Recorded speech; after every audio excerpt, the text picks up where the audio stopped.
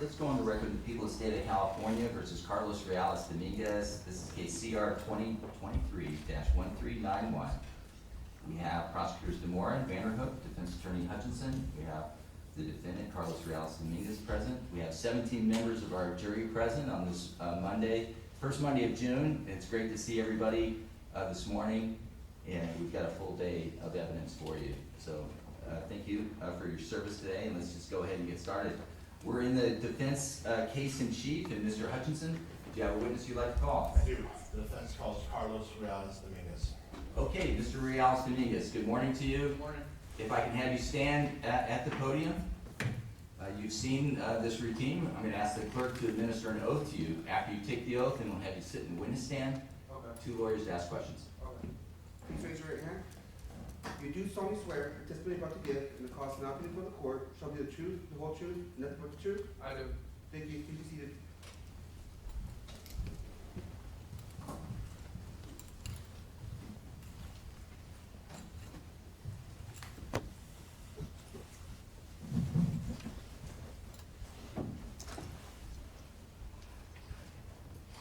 State your first and last name for the record and spell them both. Carlos Reales Dominguez, Carlos Reales Dominguez.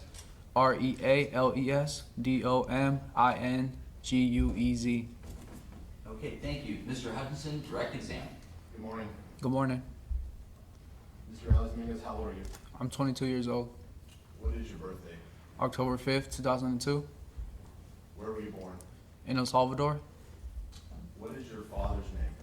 Juan Carlos Reales Campos, And what is your mother's name? Carla Dominguez, Can you please spell your mother's first name? Karla. Do you have any siblings? Yes. How many siblings do you have? 2 siblings, What are their names? Dylan and Mia. When was Dylan born? He was born in March 18th, 2007. Mr. Hutchinson, can I ask you to slow the pace down a little bit? When was Mia born? She was born in December 29th, 2011. Were they born in El Salvador like you? No, Where were they born? in Oakland. Mr. Dominguez, do you have a mental illness? Yes. What mental illness do you have? Schizophrenia. Do you take medication for your schizophrenia? Yes. What medication do you take? Cyprexa. And have you been taking medication every day since August of 2023? Yes. Since you started taking medication, have you missed any days? No. When do you take your medication? Every night. Mr. Dominguez, was there a time when you did not believe that you had schizophrenia? Yes. Even after you started taking medication, was there a period of time when you did not believe you had schizophrenia? Yes. When did you begin to accept that you had schizophrenia? I think it was a little after I went to Atascadero, the state hospital. We're going to talk about that later, but I'd like to begin with your childhood in El Salvador. Do you have memories of living in El Salvador? Yes. What town did you live in? It was called Las Iletas. Do you have any memories of being with your father in El Salvador? No. Do you have any memories of being with your mother in El Salvador? No. Who do you remember taking care of you when you lived in El Salvador? It was mainly my grandmother, What is your grandmother's name? Emily Victoria. Where did you and your grandmother live? It was in a 1-story house, but I do remember it had a big backyard. Did anyone else live with you and your grandmother in that home? No, it was just us 2. Did you have a grandfather you saw? Yeah. Where did he live? He lived like 10 minutes, a 10-minute walk away from the house that my grandmother had. And what was your grandfather's name? Alejandro. And what is your middle name? Alejandro. Are you named after your grandfather? Yes. Are Victoria and Alejandro, are they the parents of your mother or your father? Of my mother. When you lived in El Salvador, do you have any memories of being with your grandparents on your father's side? Just one time. What do you remember about that one time? I remember I went to go visit my grandmother, and that was about it. Did you have any family members your own age you would play with when you lived in El Salvador? Yes. Who? My cousin Sergio. How old was Sergio? He was a year older than me. Sir, can you describe your relationship with your grandmother, how you felt about her? Yeah. I really cared about her. She took care of me. I used to call her mom and dad. What do you mean you used to call her mom and dad? I mainly call her mom, but I remember sometimes calling her dad Would this be in English or Spanish? in Spanish. So what would you call her in Spanish? Mama or papa. Did you love your grandmother? Yes. Did you feel safe with your grandmother? Yes. Even though you referred to her as mama, were you aware that you had parents and that she was actually your grandmother? Yes. Did you know where your parents were? No. What did your grandmother do for a living? She taught middle school or high school, I think. When she would go to work, where would you go? I would either go with her or I would stay at home. If you stayed at home, who would watch you? She had a maid that helped around the house. What do you remember about the times your grandmother would take you to school with her? I remember just listening to her, watching her teach, and I have a memory of playing some drums. Playing drums? Yes. What do you remember about the drums? I remember they had a band, and I would sometimes go and just play the drums with them. Did you know how to play the drums, or did you just bang on them? No, I just banged on them. On the occasions when your grandmother left you at home with the maid, would you be with the maid all day? Yeah. Do you remember the maid's name? No. Was it a man or a woman? It was a woman. Was she younger than your grandmother, or was she older than your grandmother? She was younger than my grandmother. At any point when you were alone with the maid, did she do anything inappropriate to you? Yes. What did she do? I remember she told me she had something to show me, and she took me into one of the rooms of the house, and she started getting undressed, and then she got me undressed, and then I just remember being on top of her. Was she completely naked? Yes. Were you completely naked? Yes. How many specific instances do you remember this happening? Just once. Do you believe it happened more than once? I think so. Why? Because there was this other time, it was nighttime, and I forgot what she told me. I don't remember what she specifically said, but I remember it triggered the memory of that incident to come back to my memory. Did, after the maid started doing this, did you like being left alone with her? No. Do you recall if you ever told your grandmother what the maid was doing? No, I don't recall. Do you know if your grandmother ever discovered what the maid was doing? No. At some point, did the maid stop working? Yes. What do you remember about that? I just remember she wasn't around anymore. Did you attend any school in El Salvador? Yes. What grade did you attend in El Salvador? I attended kindergarten. Do you have any memories of attending kindergarten in El Salvador? Yes. What do you remember? I remember one time we were in the classroom playing with Play-Doh, and another time, I think it was for recess, I was tying my shoe. Beyond playing with Play-Doh, tying your shoe at recess, do you have any memories of kindergarten in El Salvador? No. If you remember, the times when the maid did the inappropriate things with you, were you in kindergarten? Was that before kindergarten? Do you not remember? I don't remember. Mr. Dominguez, at some point, did you leave your grandma's home and get taken to the United States? Yes. What do you remember about that? I remember it was my grandmother and my grandfather there with me when an SUV came. I think it was a black SUV, and my grandmother, she gave me a piece of paper with my parents' phone number, and they put me in the back of the SUV. Did you know you were gonna, did anyone tell you prior to seeing this SUV that you were gonna be going someplace else? No. Who was there when this SUV came? It was my grandmother and my grandfather. What do you remember about that encounter when the SUV comes and you're there with your grandmother and your grandfather, after your grandmother gives you the phone numbers with your parents? I also remember I had a collage book that I drew and colored in, and I gave it to my grandfather. A collage book? Yeah.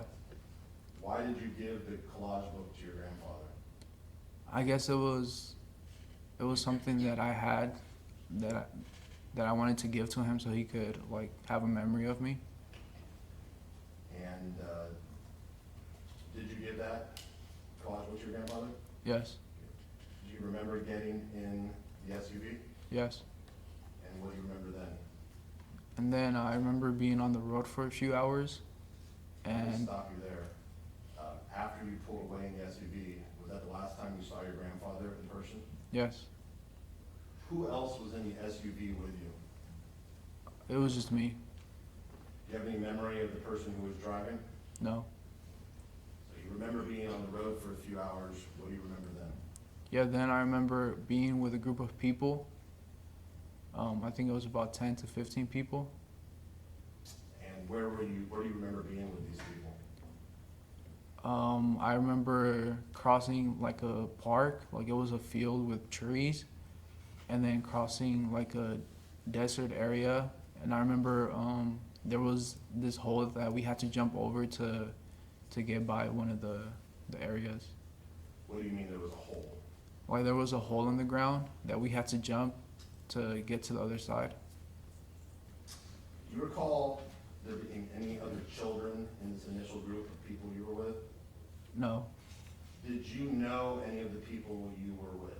no, Did you recognize any of them as a family friend that you'd seen before? no, At any point, do you remember going to a building?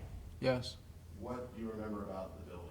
I remember it was like a warehouse where we were supposed to stay in for a few days, and there was bathrooms there. And I remember that's when I started crying because I asked one of the people if they knew where we were, and they said no, and I just went to the bathroom and I remember crying. Did you know where you were? No. What's the next thing you remember? The next thing I remember is crossing a river. I remember Tell me what you remember about, what specifically you remember about crossing the river. I remember there was floaties, like black floaties, like lifesavers, but just bigger. And they put the woman on top, and they put me on top too. And then the man, they carried not carried, but they like pushed the floaties across the river Was this at night or during the day? at nighttime. At this point, did you know how to swim? No, Can you describe how you felt when you were crossing the river at night? yeah, I was scared to fall in the water because the water was, the streams were going pretty heavy. Was this a big river or a small river, or do you not remember? It looked like a big river. Did you know where you were? No. What's the next thing you remember? The next thing I remember is being in line with a group of people, and I was towards the end of the line, and that's when a truck like came in and started, and people, I think it was ICE, I think they started putting people in the back of the truck. At this age, did you know what ICE was? No, So what did you see? Describe the truck that you saw. I just saw lights flashing and people going in the back of the truck. What did you do? Since I was in the back, I was with a girl, and she told me in Spanish, "Wait here, I'm gonna go help them." And I remember I started crying, and midway, she came back to me and told me that we needed to hide. So we hid. What do you remember about this woman who told you to wait? All I remember is she was pregnant, and yeah, You remember that she was pregnant? yeah. How old was she? I think she was in her late 20s.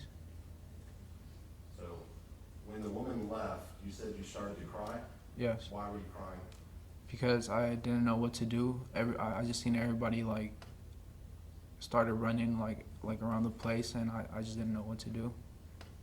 What happened then? Then she came back and she told me that we needed to hide. And did you hide? Yes. Where did you hide? It was like behind a bush. What happened then? Then she asked me what I think we should do, and I told her I think we should turn ourselves in because I didn't know where we were, and she thought it was the best idea. So we went and walked to the truck that had all the people in it. So did you actually walk up to the truck? Yeah. What happened then? Then they put us in the back of the truck. And what do you remember next? Next, I remember being in a cell with iron bars with other people around me drinking a juice. When you were in the cell with iron bars, do you remember any other children with you? No, Was the woman who was pregnant who had helped you, was she with you in the room with iron bars? yes, You said you remember drinking a juice. Is there anything specific about that juice that you remember? I remember it was shaped like a barrel, and it was like a pretty small juice. What else do you remember about being in that room with the iron bars? I remember being there for a few days, maybe like 10 days. How did you feel while you were in the room with the iron bars? I was confused because they didn't really tell us like what was going to happen, so I was just there, just confused. At some point, did they move you to a different location? Yes. Where did you go? It looked like it was inside of the building. It was another cell but bigger with lights and seats. How was it different than the previous place with the iron bars? It had a door, and they had seats where you could sit down. And they also, I remember they fed us eggs. So you have a memory of eating eggs? Yeah. What else do you remember happening when you were in this new building with lights? That's when I remember contacting my parents, or they helped me contact my parents. I gave them the piece of paper, and they called the phone number that was there. Did you speak with your mother? Yes. Do you have any memory of ever speaking to your mother on the telephone prior to this telephone conversation? No. Did you recognize the voice of the person you spoke with? Not at first. How did you know she was your mother? I just knew because it was the phone number that my grandmother gave me. Do you have any memory of talking to your father? No. So what do you remember after, well, back up. When you were in this new building, did the pregnant woman who had been watching over you, did she come or was she not there? She wasn't there anymore. Did you know anybody else in this new building? No. Were there any children that you recall in the new building? No. So after you had that telephone conversation with your mother, what do you remember? I remember I was on the phone for a while. I would cry and I would sleep there, because I would be sitting down talking to them in like like an office, and I would just sleep there or cry myself to sleep. At some point, did you leave this new building and go someplace else? Yes. Do you have an estimate of how many days you're in this new building, or do you not know? Probably around like a month, maybe. After you left this, where did you go after the second building? Yeah, after, I think it was a foster home for immigrant kids. I don't recall where it was at, but I do remember there was more. There were kids, and Was this an actual house? yeah. Was it locked down, or was it just a regular house? No, it was a regular house. And were there other kids in this house? Yes. Were they Spanish-speaking kids like you? Yes. What do you remember about this house? All I remember is going to the beach, and one of the girls, she got stung by a jellyfish, and she went to the hospital, but she was able to come back that same night. Do you recall if you had your own bed in the house? I think I did. Beyond going to the beach and the girl getting stung by the jellyfish, what else do you remember about this house? I remember leaving because there was a Scooby-Doo van that I used to play with, and they let me keep it. I'm sorry, it was a Scooby-Doo van? Yeah, it was like a toy car with the Scooby-Doo characters. So when you left, you took the Scooby-Doo van with you? Yeah. Now, based on your memory, do you have a memory of who came and got you? Not what other people told you, but on your own memory. No. Do you remember leaving the home? Yeah. What do you remember after leaving it? I remember I was on a plane, and then I remember going to Oakland. Do you remember the first time you met your parents? Yes. What do you remember about that? I remember they were having a barbecue, and my uncle, he took me up to my dad, my mom, and one of my other uncles. And you said your uncle. What uncle are you referring to? My uncle Rodil. How is your uncle Rodil related to you? I think from my mom's side of the family.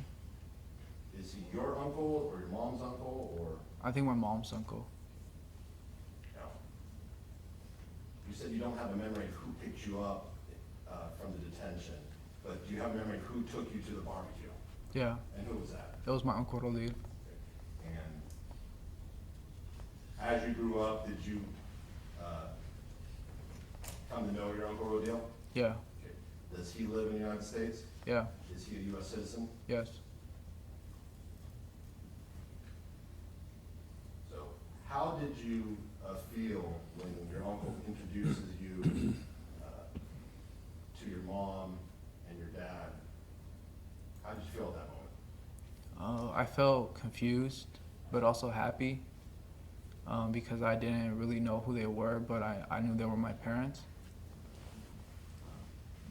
Did you recognize them? Not at first. Do you recall ever seeing photos of your parents when you were in El Salvador? My mom, yeah. Had you ever seen a photo of your dad? No.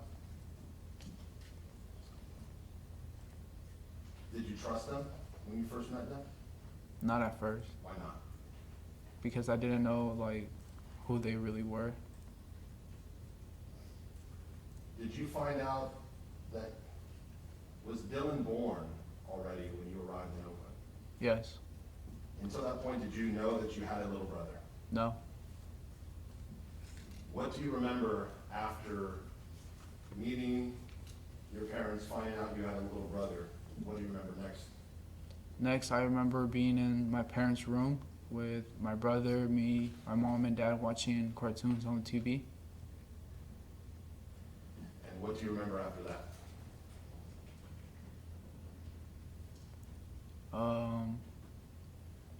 Then I think my grandmother, she flew to the U.S. to be with us for a bit. Do you have any specific memories of how you felt in the immediate week or 2 weeks after you arrived in Oakland? No. At some point, do you remember your grandmother being in Oakland with you? Yes.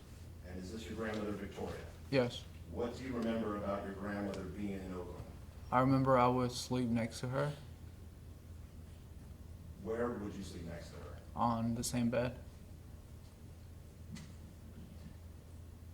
Had you slept in the same bed with her in El Salvador, or had you had your own bed? No, I slept with her in the same bed as well.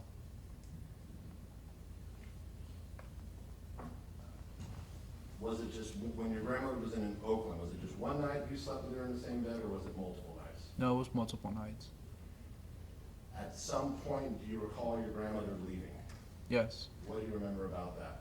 I remember we took her to the airport so she could get on a plane and come back to El Salvador. Do you recall how you felt when your grandmother left? I was sad because she was leaving. Yeah. Was that the last time, after you saw her at the airport, have you ever seen your grandmother in person again? No.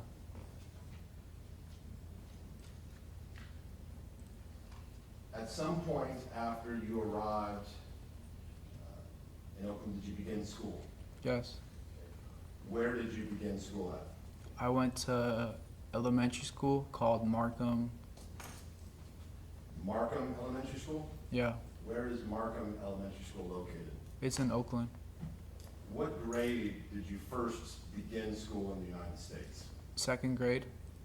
Do you remember your teacher in 2nd grade? Yes. What was your teacher's name? Her name was Miss Guardado. When you began 2nd grade, did you speak any English? No. Had you studied any English when you were in El Salvador? No. Your 2nd grade class, do you remember whether it was taught in English, Spanish, or both? What do you remember about it? I think it was both. Do you remember any of the other kids in the class, whether they were English learners as well? If you remember. Not that I remember. Do you remember your 3rd grade year? Yes. Where was your 3rd grade year at?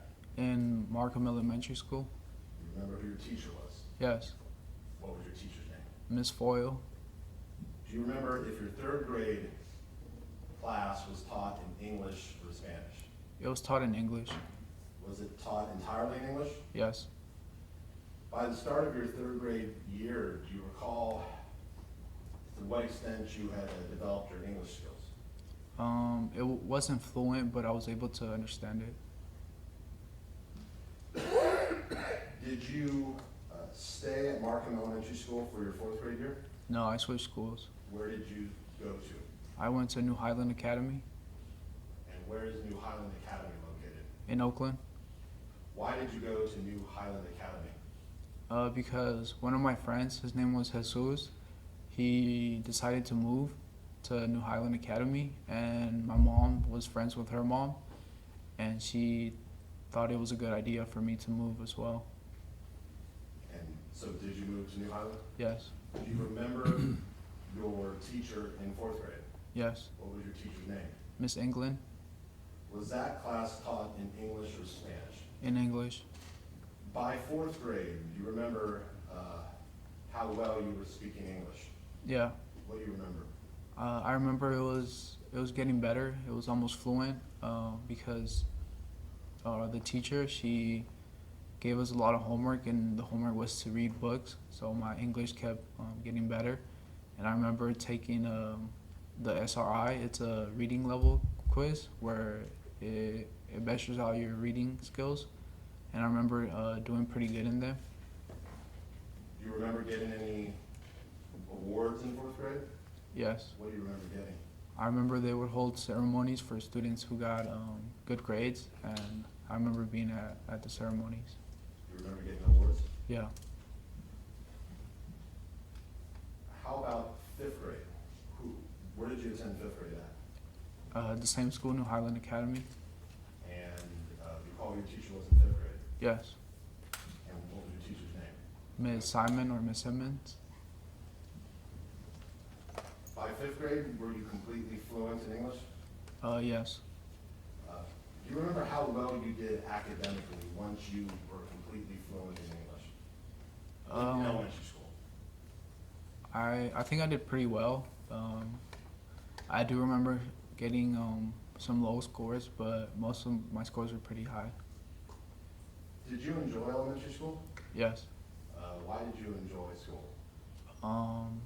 Because I like to learn and interact with kids, and that's where I was able to do that. Did you play any sports in elementary school? Yes. What sports did you play? I played flag football, soccer, and track. And were those teams at New Markham Academy or New Highland Academy? Yes. Of those three sports, what was your favorite? Flag football. Why was flag football your favorite? Because, or to me, it felt like there was more competition in it, and I remember having more fun in it than the rest of the sports. Before you came to the United States, have you ever heard of American football? No. Had you played soccer when you were in El Salvador? Yes. Had you ever played anything like American football? No. And so when you started playing football and soccer, why did you like football more than soccer? Because I was able to compete more, and I was able to create more friendships and bonds that would last. You said compete more. Were you better at football than you were at soccer? Yes. After fifth grade, did you attend middle school? Yes. What middle school did you attend? Elmhurst Community Prep And where is Elmhurst Community Prep? in Oakland, What grades was Elmhurst Community Prep? 6th through 8th. And did you attend all 3 years at that school? Yes. How did you do academically in middle school? I remember doing pretty well. I think I got all A's except my last 8th grade quarter, or marking period. I got a 1B in one of the classes. So your final quarter of 8th grade, you got a B? Yeah. You remember what class that was? No, I don't. Did you play sports in middle school? Yes. What sports did you play? Flag football and soccer. While you were in middle school, did you have any responsibilities with respect to taking care of your younger brother? Yes. What responsibilities did you have? I had to sometimes take him to school and drop him off, or pick him up and take him home. How would you did you and your brother go to the same school? No, he went to the same elementary school, New Highland Academy, and I was in middle school. So when you would get out of middle school, what would you do in terms of picking up your brother? I would either have a bike with me, or I would take the bus, and I would go to my brother's school, and I would pick him up and take him home. How would you take him home if you had a bike? He would hop on the pegs on the back, or we would walk. And what years in middle school do you remember having to pick your brother up and take him home? I think it was 7th and 8th grade. Now, at this point, was Mia in school, or did she have a babysitter? I think she had a babysitter. After, I get to high school, but I want to ask you about your relationship with your family. How would you describe your relationship with your siblings? I'll say I was very close to them. Why were you very close to your siblings? Because we would spend most of the time together. What type of work did your parents do when you were in elementary school and middle school? My dad, he was a plumber, and my mom, she was a fast food restaurant worker. And do you remember what type of hours they worked? I remember my mom, she worked from the morning to like 3 or 4 in the afternoon. And my dad, I remember he left in the morning like at 6:30 and didn't come home until nighttime. Can you describe your relationship with your parents Again, focusing on elementary school and middle school. I'll say it was good, but it wasn't that good. Like I trusted them, but I didn't really talk to them or see them as often. Did they ever help you with school? No. Now, growing up, Carlos, did either of your parents ever give you a spanking? Yes. Who did you a spanking? My dad? Did your mom even ever give you a spanking? No, I don't think so.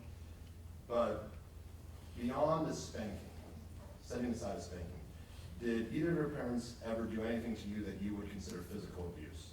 No. Did you witness physical violence between your parents? Yes. What do you remember seeing? I remember one time, I heard my mom calling my name out, telling me to go help her, and when I went into the hallway, I seen her on the ground and my dad restraining her from getting up. How old were you about this time? I think I was around 10 years old. And what do you remember, where were you when you heard your mom? I was in my room with my brother. And what do you remember hearing? I remember hearing my mom calling out my name, telling me to go help her. And you said your dad was restraining her on the ground. What did you see? Yeah, I seen my dad on top of my mom, like holding her arms down or her shoulders down. And did your mom say anything when you got into the room? No, she was just like, help me. What did you do? I tried to push my dad off my mom, but he kind of just held me there with his arm. And what happened then? Then I just went to my room and started crying. Did your parents ever drink alcohol to the point that they would get drunk? Yes, So that your mom, your dad, or both of them? both of them. What days were there certain days of the week where you would see your parents get drunk? Yeah, it would be mostly Friday and Saturday. And when they would drink, did you ever hear loud verbal arguments between them? Yes. What do you remember hearing? I remember just hearing yelling. I think usually my mom started it, and my dad kind of like started arguing with her too. Was this usually when they were drinking? Yeah. The incident where your father was restraining your mother and you tried to pull him out, do you remember if they were drinking that night or no? I think they were. Did they act differently when they were drinking? Yeah. How so? Sometimes it would depend. They would either be nicer or meaner.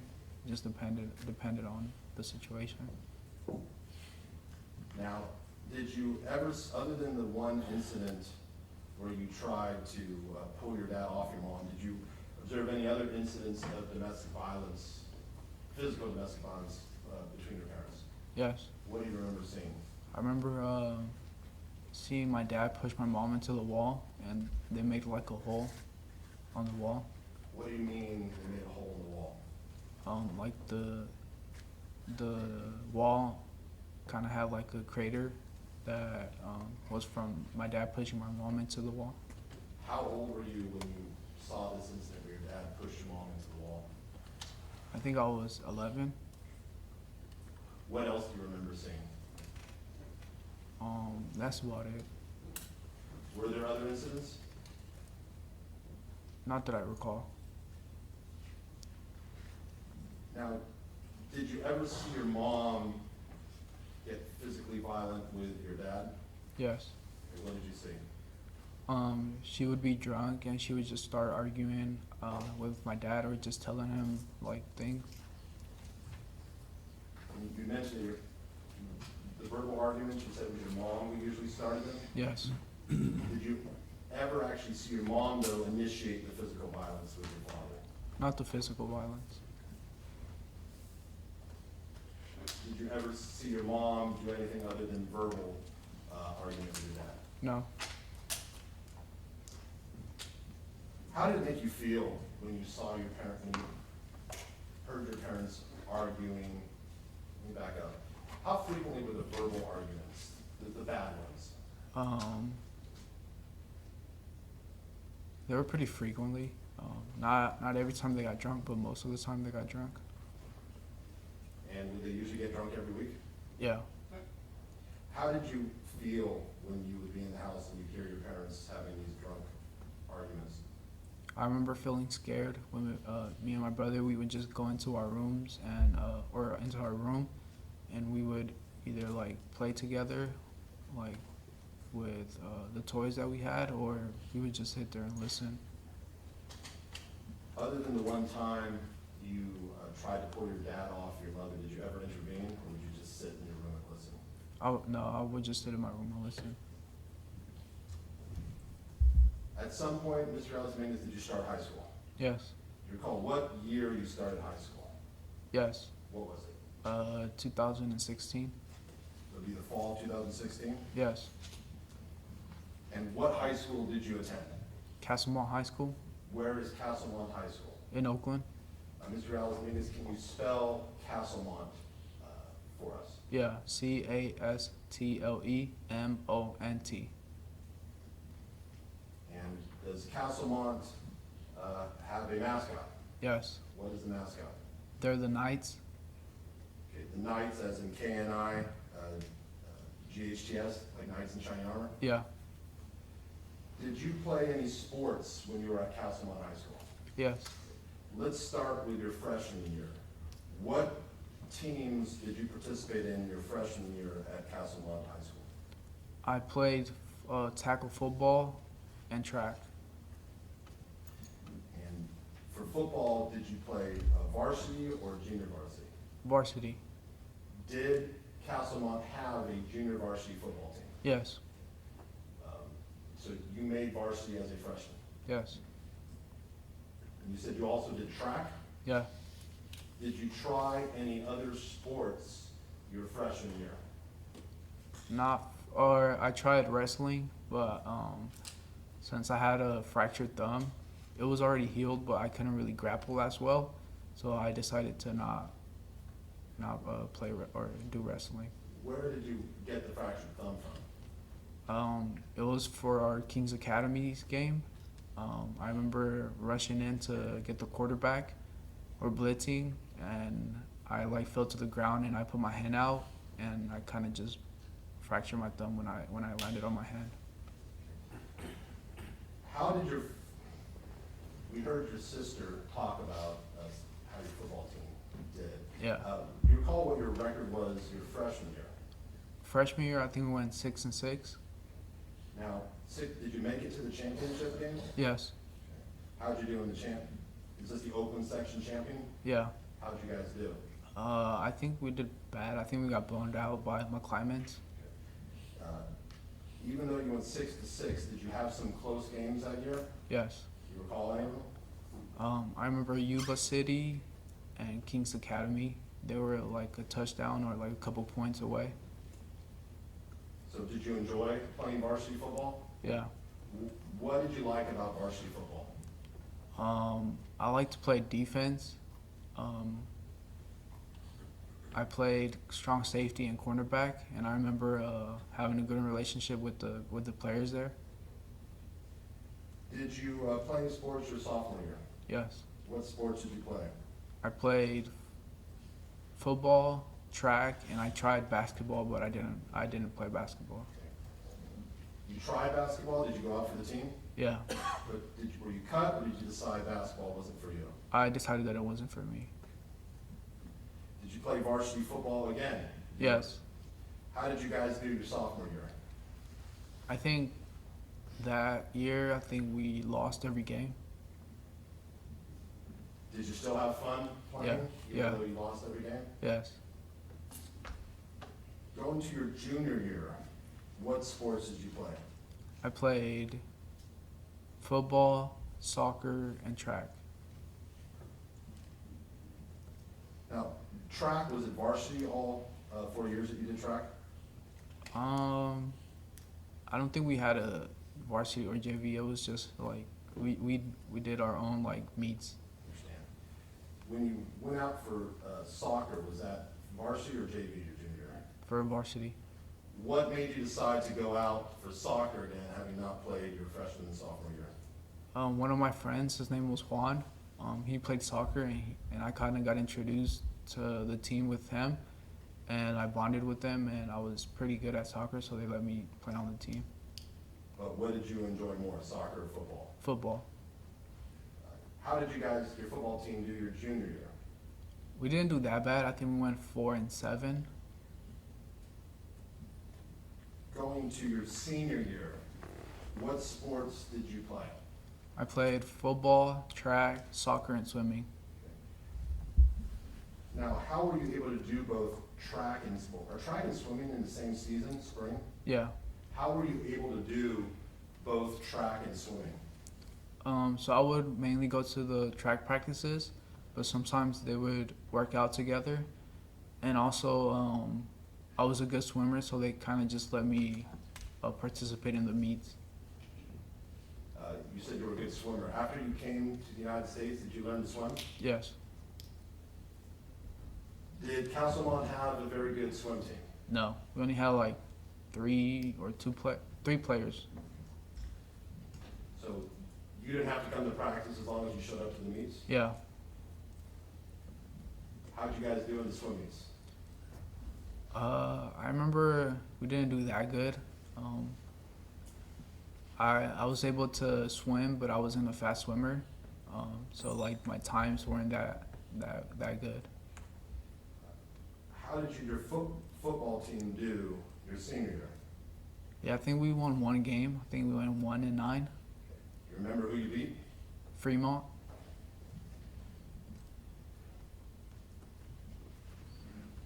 Did you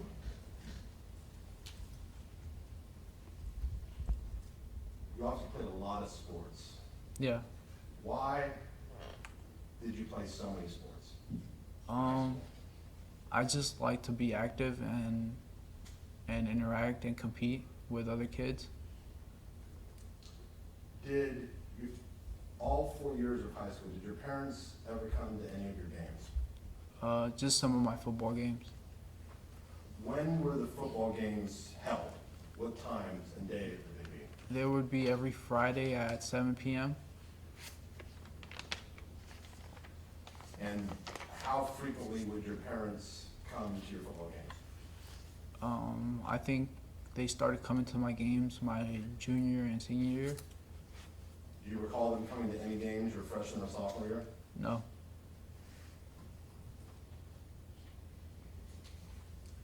Did you play about usually a 10-game schedule in addition to playoffs? Yeah. How many games your junior and senior did your parents come to? Like 5 or 6. Total? Yeah.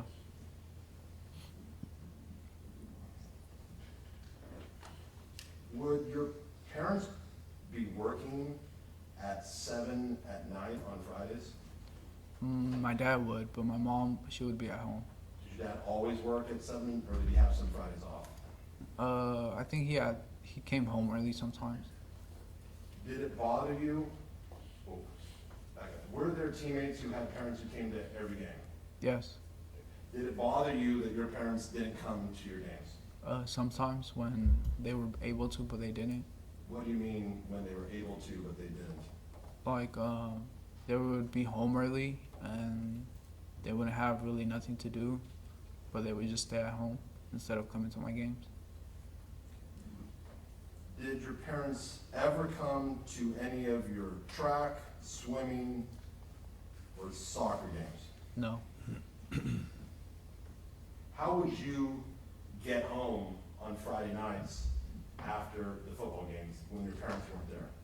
I would either ride the bus back, my friends' parents would take me, or one of the coaches would take me. So do you have memories of actually sitting on a bus, going home after a Friday night football game? Yes. Now, during your time in high school, did you have any responsibilities with respect to watching your sister? Yes. Okay, what responsibilities did you have? I would walk her to school, and I would walk her back home from after school. Now, how were you able to walk her home after school when you had practice year-round? Yeah, so I had like an hour in between before practice started. And so I would either ride my bike or I would take the bus to her school, and I would take her back to the house, and then I would ride the bus back or ride my bike back to campus. So, in the hour before practice started, you would go to get your sister and then take her home? Yes. And who would be home when you got there? My brother.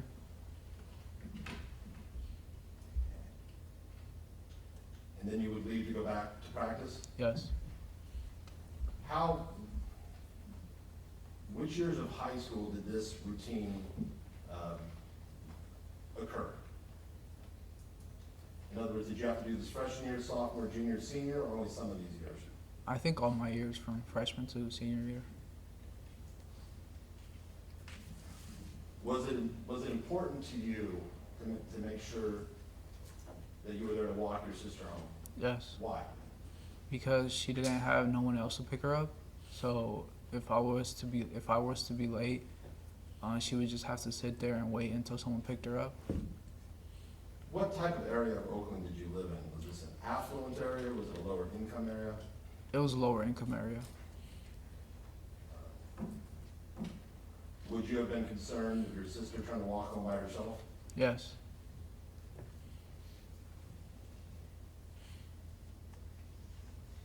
Now, in addition to playing sports and taking care of your sister, how did you do academically? I think I did pretty well. I think I got some 4.0s and some 3.8s. Yeah. Did you like high school? Yeah. Did you like your academic classes? Yeah. What did you like about them? I remember some of them were pretty fun. Like the teaching style that some of the teachers had, it kept us focused and engaged in the schoolwork. And when you said you got some 4.0s, you mean there were some quarters when you got all A's? Yes.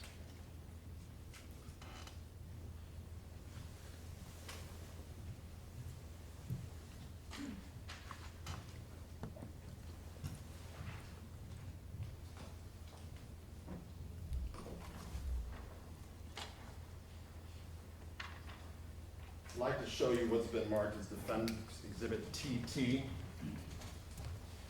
Take a look at it and read through it and then let me know when you're done. Okay.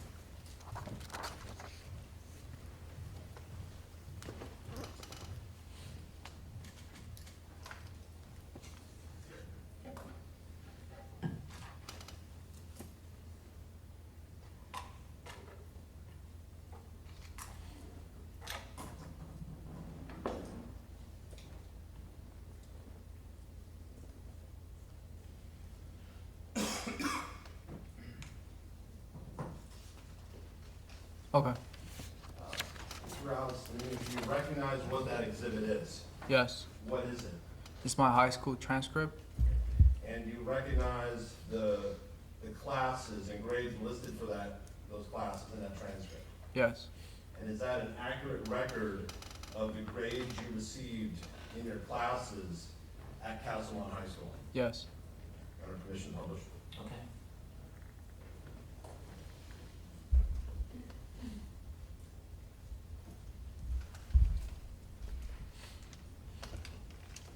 Mr. Rouse, I'm showing you, let me zoom in a little bit more here. Showing you what's been marked Defense Exhibit TT. Let's begin with your fall semester, 2016, 2017. Are those your grades? Yes. So it looks like you got all A's except for a B in art and a B plus in, what is that class? I think it was urban ecology. And then you got a B in an advisory. What is advisory? I think it was like a class where we just focused on doing extra work for our other classes that we had work. It wasn't like an actual like class that we needed to do that we had homework in. So in middle school, you said you got all A's other than that one B. Yeah. Did you like it when you got all A's? Yes. Why did you like getting all A's? Because it was something that I knew if I did get all A's, that meant that I was doing good in school. Like to go into the spring of your ninth grade year. Do you see those grades up there? Yes. And in that quarter, well, what grades did you get in that quarter? I got all A's.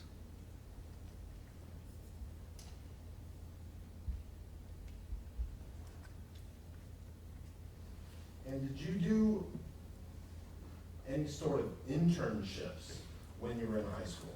Yes. We see here there's something indicated a pathway internship. You recall what that was? Yeah, I think that was one of the internships that was held at school every Tuesday and Thursday, I believe. It would be after school. And what did that internship entail? So it was like we built different types of like I don't know how it would be like different types of cars or like little like buildings that we would test out to see if they would work through certain things. Did you recall participating in any other internships throughout your high school career? Yes. What do you recall? I remember doing 2 other internships. One was called MIMS, and the other one was at a dental clinic.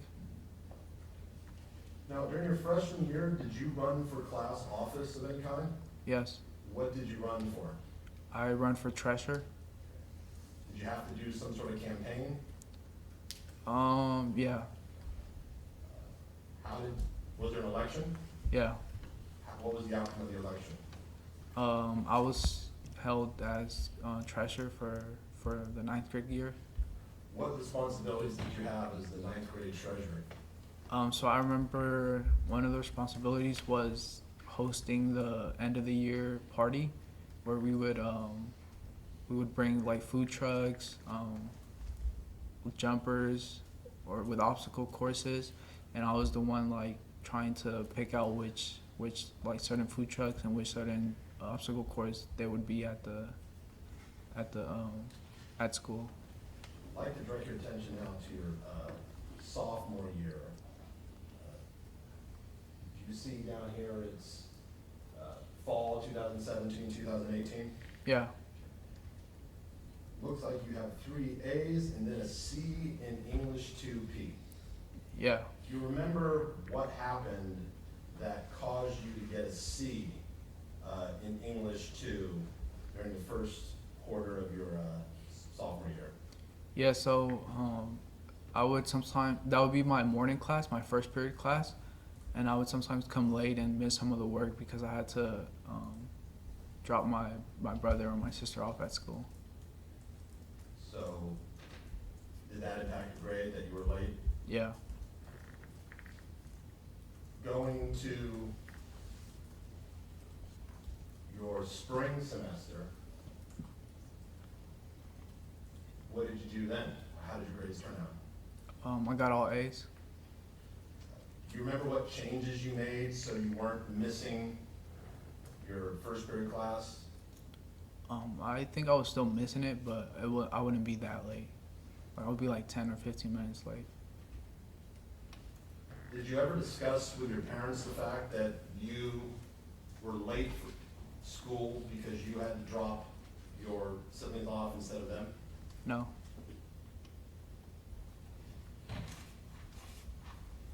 We're gonna go back to school, but when you were home with your siblings, what responsibilities did you have when your parents were working? Yeah, we had to keep the house clean. So I would dust the couches, sweep, mop, clean the table, do the dishes, and I would also cook for my siblings, either eggs or quesadillas. Let's go to now fall of your junior year. Did you take a class at Lane College before, the summer before your junior year? Yeah, it wasn't at the college, it was at school, but it was a college class. And is that the herb agroecology? Yeah, You got a B plus? yeah. How did you enjoy taking the college class? I remember it was pretty fun. And did you also continue to participate in the pathway internship program that summer before your junior year, if you recall? I don't remember it that junior year, just the year before that. Going to fall of your junior year, how did you do grade-wise? I got all A's except one B in English.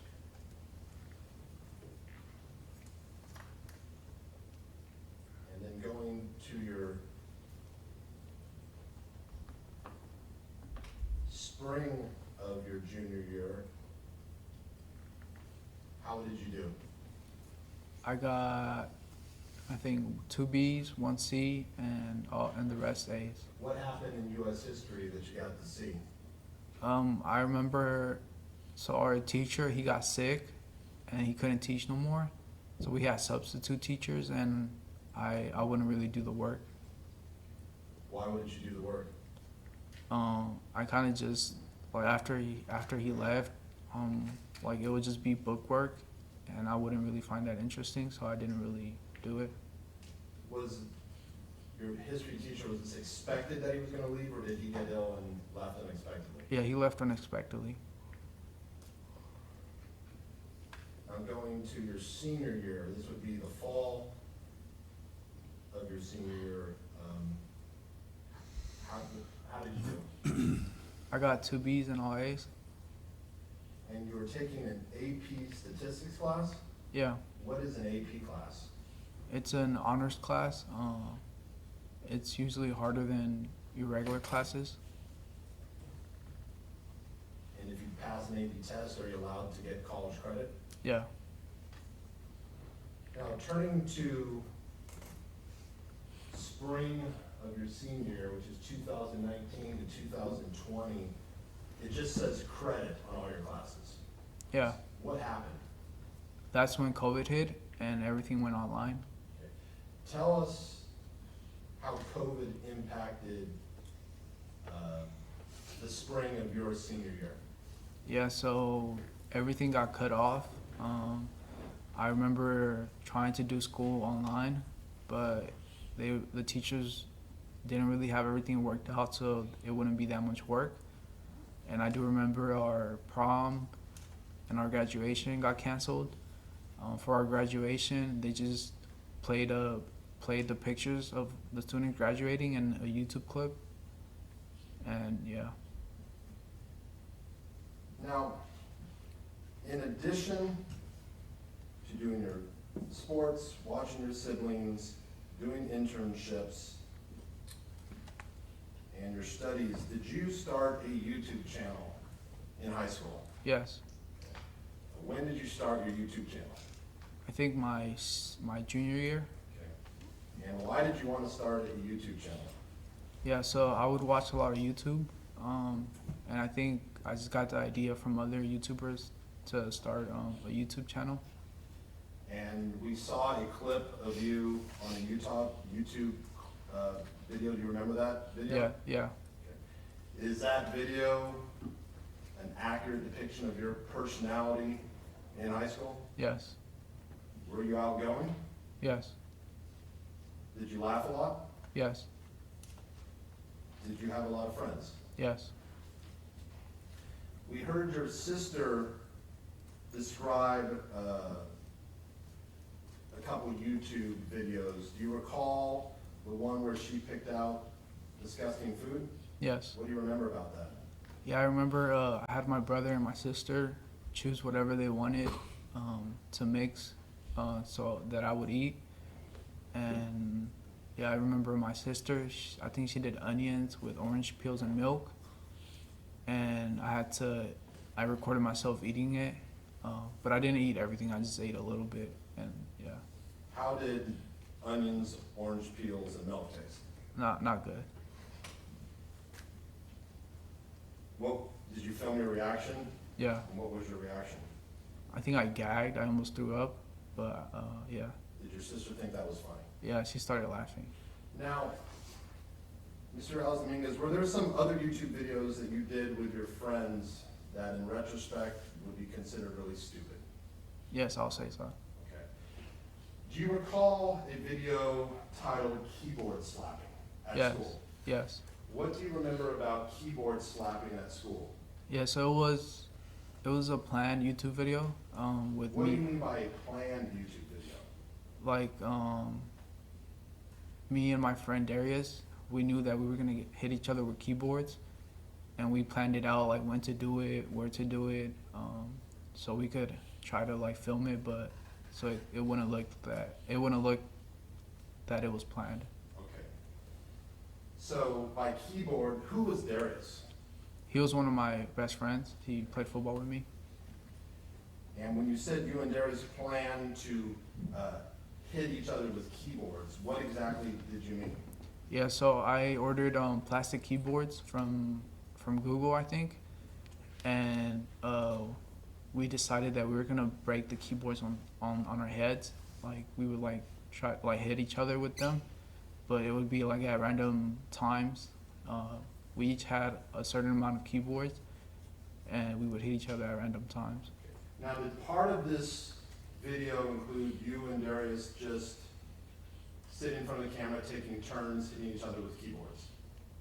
Yes. At some point, did you and Darius plan an incident to film at school of you hitting each other with keyboards? Yes. Explain what you did. Yeah, so I think we decided to do it right before lunchtime. So when we got out of class, I started walking and looking for Darius, and I had a keyboard, and then I think I had one of my other friends record. And Now, did you do this to make it look like Darius was just an innocent person walking by? yes. Okay. So what did you do then? Yeah, then when I found him, I kind of went up to him and smacked him on the head with the keyboard. And what happened then? Yeah, then I remember we said that after I smacked him, it would be his turn to hit me. So I just started walking straight. Let's stop. When you smacked him, what did he do? I think he fell to the ground. And then, what did you do when he fell to the ground? I just started walking the other way. And then, did someone film Darius as he got up from the ground? Yes. And what was he, do you recall his facial expression in the video when he got up from the ground? I think he was smiling. I think he was laughing. And did Darius happen to have anything with him when he got up from the ground? Yes. What did he have with him? He had a keyboard. So what did Darius then do with that keyboard? Then he went outside to follow me, and he hit me on the head with the keyboard. So if later today with the district attorney is to show you a video clip of you hitting someone in the head with a keyboard, who will that person be that you are hitting with the keyboard? It would be Darius. Okay. And did Darius know that you were going to be hitting him with a keyboard? Yes. Did Darius plan for you to hit him in the head with a keyboard? Yes. And did Darius consent to you hitting him in the head with a keyboard? Yes. During that video, did you ever hit anyone else in the head with a keyboard who did not consent to it? No. Let's take a break. Thank you. Yeah, thank you, Mr. Hutchinson. Thank you, Mr. Rios Dominguez. Why don't you get up and return to council's table now? Okay. And I'm going to order a 15-minute break for our jury. Three-part admonition at all times. Do not discuss the substance, do not form any opinions, do not research. And I'll see you on the other side of our morning break. Thank you, folks. Off record.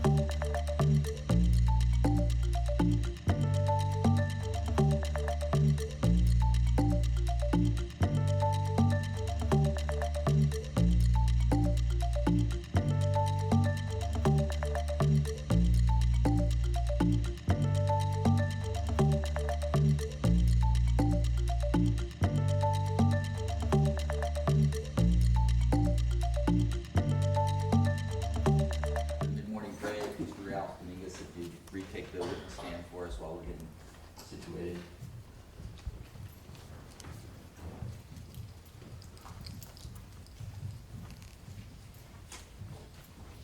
All right, we're on direct examination. And Mr. Hutchinson, your witness. Mr. Dominguez, I want to go back to your football team very briefly. What positions did you play? I played cornerback and strong safety.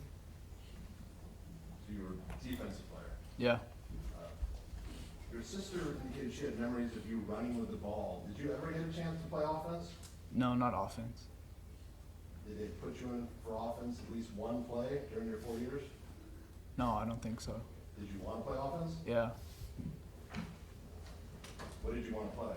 Slot receiver. Despite not playing offense, were you ever chosen as the team captain? Yes. When did that occur? My senior year. How did you feel about being chosen the team captain? I felt pretty responsible because I was team captain. And I tried to keep all the players motivated to keep playing and try their best. Is it hard to keep people motivated through a 1-9 season? Yes. When did you, if you recall, when did you finally get that one win? I think that might have been our last game or second to last game. Mr. Dominguez, at what age did you become aware that you were undocumented? In other words, that you did not have any legal status in the United States? I think I was 13 or a little younger. Yeah. How did you become aware that you were undocumented? Yeah, so my parents tried to get me legal status. We had to go to court for that, and I remember it being unsuccessful. They denied it.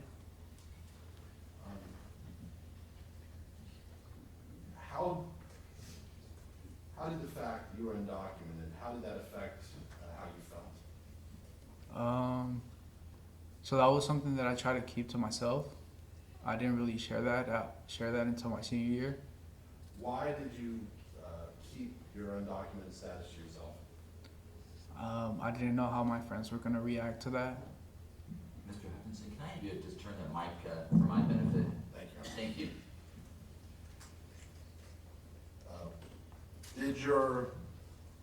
Did you worry about the fact that you were undocumented? Yes. What did you worry about? I remember there was at a certain point where ICE was going around and knocking on doors around the neighborhood and like taking people to deport them. And I remember learning about that in school, and they gave us like a piece of paper to give to ICE if they ever came and knocked at our door. Were you worried about you getting deported? Yes. Were you worried about your parents getting deported? Yes. Were you concerned of your brother and sister being deported? No. Why not? Because they were citizens. Did you want to attend college? Yes. For a time, did you believe your undocumented status would prevent you from attending college? Yes. Did that change at some point? Yes. What happened? Yeah, so my senior year, that's when everybody started like applying for colleges, and everybody started talking about that. And I remember meeting with one of the counselors that helps you through the process of that. And I told her that I was undocumented, and she told me that I was still able to go to school. It would just be a different process for me. Okay. How did you feel when you learned that you could still go to college even though you were undocumented? I was pretty happy. And did this counselor help you with the college application process? Yes. Did this counselor also help you apply for scholarships? Yes. Did you have a dream college where you wanted to go? Yes. What was that? Stanford. What did you think you had the grades to get into Stanford? No. What colleges did you apply to? I applied to UC Davis, UC Santa Barbara, UC Santa Cruz, and UC Berkeley. And which of those four did you get into? I got into all of them except UC Berkeley. why did you decide to choose Davis over the beach towns of Santa Barbara and Santa Cruz? Yeah, because it was closer to home. I didn't want to leave my family that long. Which members of your family were you concerned about? Mainly my brother and sister. Why? I didn't want to lose the relationships that we had. By the time of your senior year, describe what sort of relationship had developed between you and your siblings. Yeah, we were very close. I remember me and my brother would do a lot of things together. And then me and my sister, we didn't do that much, but we would interact and play together. And when you would watch her, would you be the type of brother who would just sit in your room, or would you interact with her and do games with her? And Yeah, I would play games and interact with her. did this counselor help you apply for scholarships so you could pay for UC Davis? Yes. What scholarships did you apply for? Yeah, I remember one of them was called Cal A. It covered like half of the tuition, and I got accepted to it. And then the rest, the UC Davis gave me a scholarship for the other half. Did you tell your parents that you were applying to college? Not at the beginning. Why not? The conversation didn't really come up, so I didn't really tell them. Did they ever bring it up your senior year, whether you're gonna apply to college or anything? No. When you got accepted to UC Davis, did you initially tell your parents you'd been accepted to UC Davis? No, not at first. Okay, why not? Because it wasn't something we talked about, so I thought I didn't really need to tell them until later. At what point did you actually tell your parents that you had been accepted to UC Davis? Yeah, I think it was right before we moved to Tracy. Do you recall when they moved to Tracy? Yeah, it was after my graduation, so somewhere, I think summer of 2020. Did you ultimately tell them that you'd been accepted to UC Davis? Yes. How did they react when they found out you had been accepted to UC Davis and you were going to UC Davis? They were pretty happy.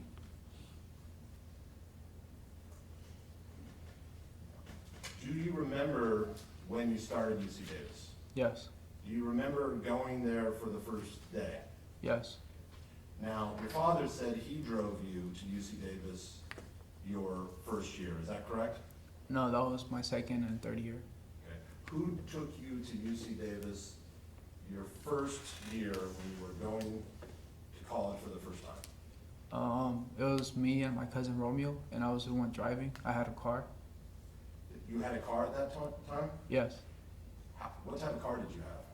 It was an old car. It was a Scion TC, I think 2004. How did you get the money to buy that Scion TC? Yeah, I got it from scholarships, and I think my mom helped pay for the rest of it. Did you have a driver's license? No, Why not? because it was harder for me to get one. I needed extra paperwork, and I didn't really have the extra paperwork because I was undocumented. So, did you believe you could still get a license if you were undocumented in California? Yes. Okay, but were there other things you needed to, what documents did you need to provide in order to get a license? Yeah, I think you needed like a residency confirmation, and I didn't really have any of that. So you drove without a license? Yes. What do you remember when you and Romeo you said? Yeah, Romeo. What do you remember about when you and Romeo went to UC Davis for the first time? Yeah, I remember at first he helped me move into the dorms. I think my dorm was called Scrub Oaks, and he just helped me get settled in, and then afterwards we went out to eat at one of the restaurants in downtown Davis. And then, how did Romeo get home? I drove him back, And then and then I drove back. did you have a car your entire freshman year? Yes, Where did you park it?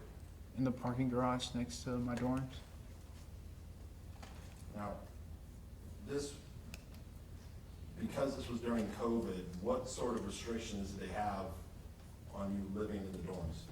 Yeah, so we couldn't have anyone besides ourselves in the dorm, and everyone had a it was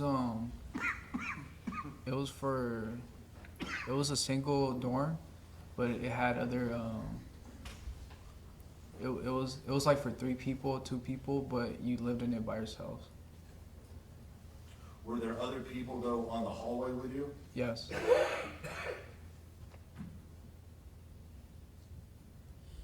Now, Mr. Dominguez, you said you had an outgoing personality in high school. When you started UC Davis, were you a little more shy? Yes. Why? Because of COVID, I didn't really have social interactions with other students, and my skills kind of like went down. So yeah. Who was the first person you remember meeting who became somewhat of a friend at UC Davis? I remember it was my neighbor. He played video games in his computer, and we played video games together. Did you play video games in the same room, or did you have to be in? No, I played in my room, and he played in his room, but we would play like together. At that time, were you even allowed to go in another student's dorm room? No. Was that a difficult way to start college? Yes. Did it make it harder to meet people? Yes. And how did you attend classes your freshman quarter? Yeah. So everything was online. It was through Canvas. So what do you mean it was online through Canvas? Explain how that works. Yeah. So it was an online platform where you had all your assignments and the syllabus. Everything was put together in one website, and you would just watch the lectures online, and you would have to do the homework online as well. Where would you watch the lectures from? From Canvas. That would be uploaded to Canvas. Where would you physically be when watching the lectures? Library, your dorm room, where would you be? Mostly at my dorm room. By yourself? Yeah. At some point, did you meet someone over an online class who would become your friend? Yes. Who was that? Nathan Riego de Dios. How did you meet Nathan? Through a Zoom class, online Zoom class. I remember we were having an icebreaker, and I think the question came up of what sports we played or what we did in high school. And I remember him saying that he played football, and he reached out to me on Instagram asking if I wanted to play football, like throw a little ball around. And I remember at first it was kind of hard to like get him to come out because he didn't answer. But then I texted him again if he wanted to throw a football the following day, and he agreed. And that's when we went to the field and do the football around. And did you and Nathan become friends? Yes. What was it about Nathan that caused you to bond and become friends? I think we had similar interests. I remember we wanted to play for the Aggies team, for the Aggies football team. We went to where they practiced, but to ask if we could try out, but we couldn't find them. And I remember just working out with him at the pavilion, the parking structure. What type of working out would you do? We would like run up the hill, do push-ups and core workouts, and jog. What sort of physical shape were you in at the start of your freshman year? I think I was in good shape. If you remember, what was the heaviest weight you'd ever played football at? Your heaviest point your senior year? I think 170 maybe.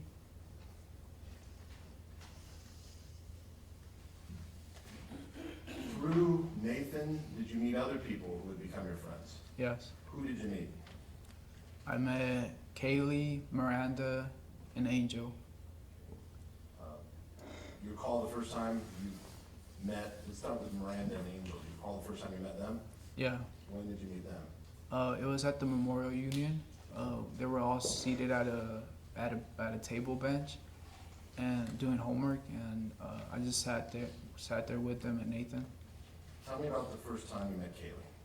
Yeah, Kaylee. At first, she was off in the distance.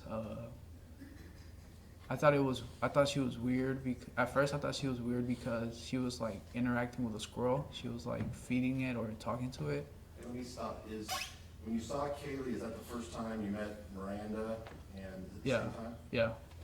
So they're at a table. Is Kaylee initially at the table? No. Where do you see her?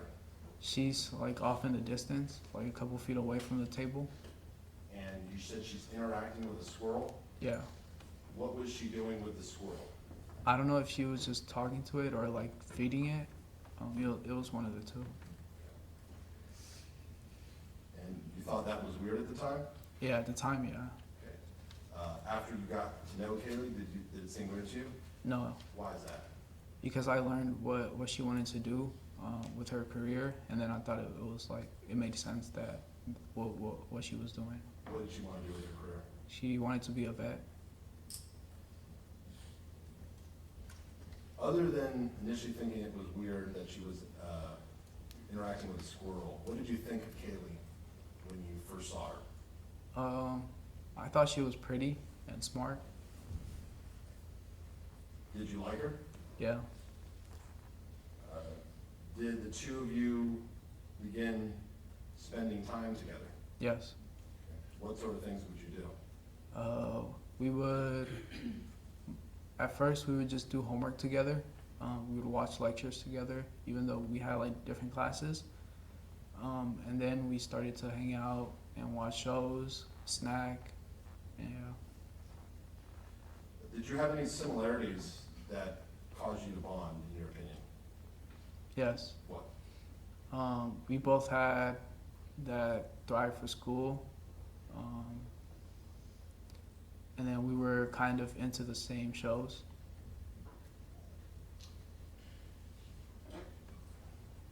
Was Kaylee's family important to her? Yes. Were your siblings important to you? Yes. Did you communicate that to Kaylee? Yes. During your freshman year, how often would you check in with your siblings, either by phone or text? It would be pretty often. I would either text them or they would text them and I would answer them. Mr. Dominguez, I want to show you what's been previously marked.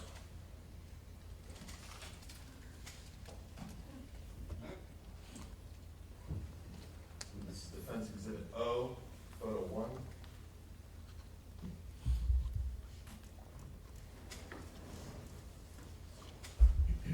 I'm showing you Photo 1. Do you remember this photograph? Yes. And what does it depict? It's a photo of me and Nathan at a flood place.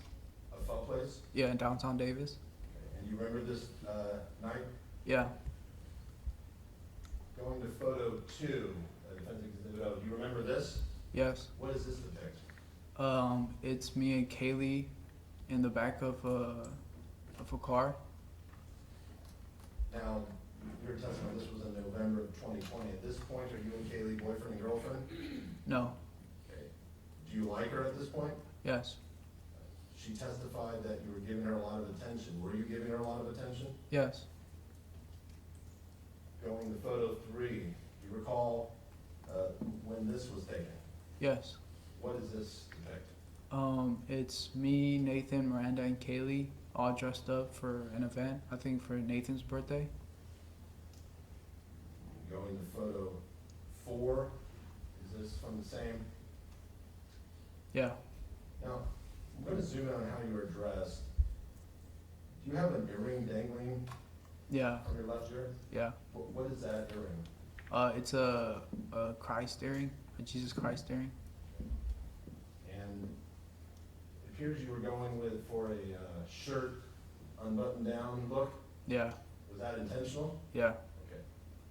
Were you trying to impress Kaylee in how you dressed? Yes. How was your hygiene when you started UC Davis? It was pretty good. I showered at least twice or once a day.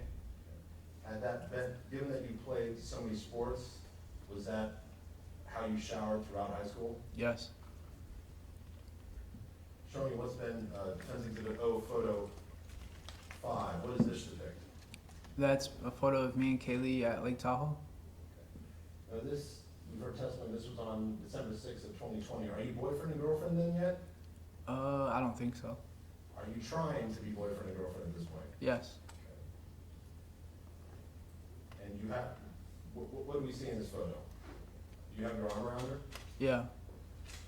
At this point, did Kaylee know that you liked her? Yes. Okay. I'm showing you what's been marked as defense exhibit O, photo 6. What do we see here? Yeah, so that's a picture of me and Nathan. I think he was trying to convince me to jump off the bridge with him into the water. Okay. Did you want to jump into the water? Not at first. Okay. Did you ultimately jump? Yes. Now, I would like to look at your bill. Did you gain some weight during your freshman year? Yes. Okay. What caused you to gain weight? The food that they had at Davis was pretty good, and it was all you could eat. So I would eat a lot, and also from snacking with Kaylee, we would eat a lot of snacks. Tell me about the meal plan you had freshman year. When could you get meals? How much could you eat? Yeah, so it was all you can eat. I would get breakfast, lunch, and dinner. For breakfast, they would serve eggs, pancakes, waffles, French toast. And then for lunch and dinner, they would have different options. But I remember the main dish that I ate, I think it's called, I forgot what it was called, but it was something with noodles. In high school, what would you eat for breakfast? I would just eat cereal, or I wouldn't eat sometimes. And what would you eat for lunch? I wouldn't eat lunch. And then what would you eat for dinner? Whatever my mom made. Why wouldn't you eat lunch? I didn't really like the school lunch, but yeah. Did your mom ever make you a lunch in high school? No, Did your dad ever make you lunch? no, At any point when you were in school, did your parents ever make you a lunch? I mean, like a bag lunch to bring? no. Showing you what's been marked, defense exhibit O, photo 7. What does this show? Yeah, that's a picture of me, Nate, Kaylee, Calvin, and Cynthia. Is this at the end of your freshman year? Yes. I'd like to talk to you about some other friends you made. Did you meet some individuals who belong to a fraternity? Yes. What individuals did you meet? I met Mark, Sid, Christian, and Phil. Okay. What is Mark's full name? Mark Capito. What is Christian's full name? Christian Ortega. What is Sydney's last name? Sydney Selesky. And what is Phil's last name? Phil Hahn. Who did you meet first? I think I met Mark first, then Sid, then Christian, and then later on I met Phil. Okay. How did you meet Mark? It was through a mutual friend, Calvin. They invited him to a party, and he told Nate, and Nate asked me if I wanted to go, and I said yeah. And I remember they picked us up and took us to the party to the house where the party was taking place. And I remember meeting Mark, and he had a plastic butterfly knife, which I thought was cool, and he showed me how to do like tricks with it. Okay, you said Mark had a plastic butterfly knife? Yeah. What is that? It's like it looks like a scissor without the handle, and then you could like flip it between your fingers and your hand, and you could, yeah. Was this a real butterfly knife or a plastic toy knife? No, it was a plastic toy knife. And what sort of tricks would Mark do with it? I would just see him like flip it in his hand. What did you think of Mark, Christian, and Sydney when you met them? I thought they were a pretty cool group to hang out with. Why? Because they were nice to us. And we had a lot of like similar interests. Now, were they older than you? Yes. But even though they were older than you, did they treat you well? Yeah. Ultimately, were you invited to rush their fraternity? Yes. Did anyone else rush with you? Yes. Who was that? Phil Hahn. Now, I'd like to talk to you about the rush process. Do you remember some of the requirements that you had to do to rush the fraternity? Yes. And what quarter did you rush the fraternity? I think it was fall and winter. Did you have to learn about a different culture? Yes. What culture did you have to learn about? The Filipino culture. So what were you expected to do? We were expected to know, not all, but like some of the facts about Filipino culture. Did you know anything about Filipino culture prior to going to Davis? No. So what did you study to learn about Filipino culture? Yes, I remember one of the assignments was called the I Hotel, and it was a hotel in San Francisco where a lot of Filipino people moved into. And I also remember it's called the Four Waves. It's about, I think, the World War and when the Filipino community started to join the army and how they transitioned to the United States. And Would you be tested on this in any way? yeah, How would you be tested on it? we would have to write an essay, not an essay, but like a paper about each subject, each assignment, and they would ask us about it when we would go to their house.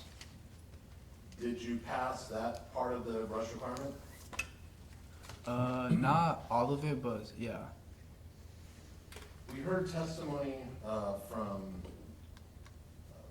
Mark and Phil about some sort of song and dance requirement. Yeah, Do you remember that? yeah, Were you given a song and dance requirement? yes, Was someone supposed to do that with you? yes. Who was that? Phil Hahn. Were you and Phil Hahn, what song and dance assignment were you and Phil Hahn given? Yeah, we chose to do Sugar Sugar by Baby Bash. Okay. What is Sugar Sugar by Baby Bash? It's a hip hop song. Are there two people singing? Yeah. And who are you supposed to perform the Sugar Sugar song for? What group? It was a sorority. So the plan was for you and Phil to perform in front of the sorority. Yes. Did that ultimately happen? We practiced, or we showed the brothers what we had.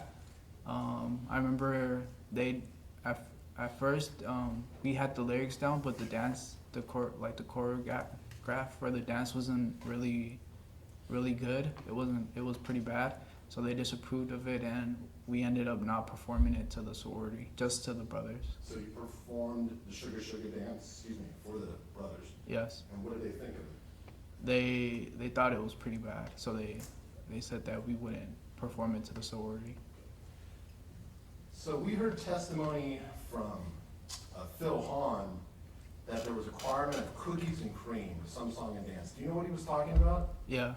What was he talking about? Yeah, it's a Starburst ad, the candy, berries and creams, and it was an ad where two people were eating or talking about the Starburst candy, and another kid, he was dressed up as a leprechaun, and he went up to the other kids, and he asked if that was berries and creams, and he started doing a dance and reciting like berries and creams often. I don't want you to demonstrate. Can you describe what type of dance this person dressed as a leprechaun would do? Yeah, so it was like a leprechaun dance. He was just rock side to side saying berries and creams, and then he did I don't know what it's called, but it's when you click your heels together when you jump in the air. Did you ever have to do the berries and cream dance? Yeah, Okay. Who did you perform the berries and cream dance for? or I had to do it, but I didn't perform it What do you mean? because we had other people in our line, and usually the number one performs it, and I wasn't number one at first, but after a while, I ended up becoming number one, but they never asked me to perform it, so I never really Did did it. someone perform the berries and cream dance? Yes, Who performed the dance? Mark. How was Mark's berries and cream dance? It was pretty accurate to the ad. Now, we heard some testimony that you punched a hole in a wall during your freshman year? Yes. Do you remember that? Yes. What do you remember? Yes, so I remember it was, or I had tested positive for COVID, and I was in a different housing unit where other people who had COVID were there, but we still had a single room to ourselves.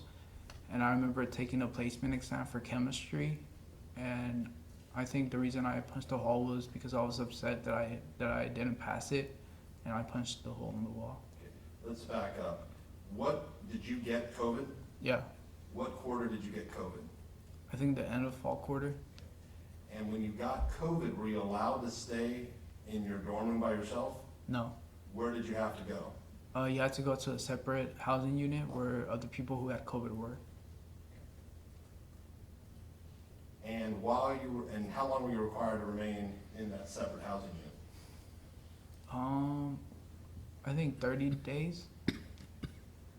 While you were in that separate housing, could you leave, or were you required to stay in that unit? No, you were required to stay there. How did that impact you, being, now it's your freshman year, and now you're in a different dorm and can't even leave? Yeah, at first, I remember just being kind of like hard about it. Like I didn't really like it, but then it like eased into me. Like I got used to it. What, did you have to take a test, a sort of placement test, while you were in that housing unit for COVID? Yes, And what was that placement test for? it was for chemistry. When were you going to take chemistry? My fall quarter. So was this at the beginning of your fall quarter when you got COVID? No, but I took the chemistry test, but I didn't pass it, and I had to take it again so I could take chemistry. But I tried to take chemistry in my fall quarter. How did you do on your placement test? I didn't do well. I didn't pass it. And how did you feel when you found out you didn't pass? I felt upset Why were you upset? because I wouldn't be able to take the class, and it would put me a little behind. Mr. Dominguez, when you came to Davis, what was your goal as to what you want to do for a career? I wanted to be a doctor, And why did you want to be a doctor? to help people. And what major did you plan to take when you came to UC Davis? Biological sciences. And did you know that you would have to take chemistry as a pre-med requirement? Yeah. So after you found out you did not pass the chemistry placement, what did you do? That's when I went into the bedroom room and I punched the hole in the wall.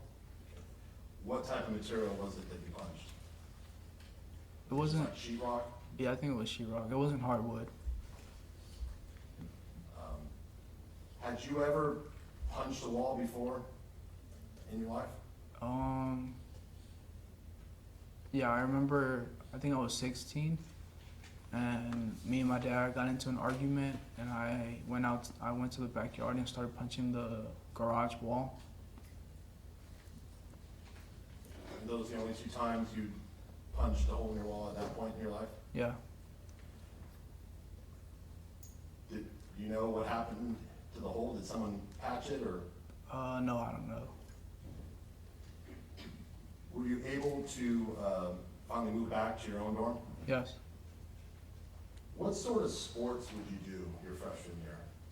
Yeah. So we played. Me and Nate. We played football. And basketball. Where would you play football? It would be in the field right in front of the parking structure, the pavilion. If not, it would be near the MU. There would be other like fields, and we would if we had another person, we would do one-on-ones or we would just do drills. Did you ever play basketball? Yes, Who would you play basketball with? with Nate. Okay, where would you play basketball? We would either play at the Arc, the Davis courts, or the courts by an elementary school near Sycamore Park. You said you played the Arc, what is that? Yeah, it's the I think the recreational center where there's a gym and they have a like a track on top and they have basketball courts as well.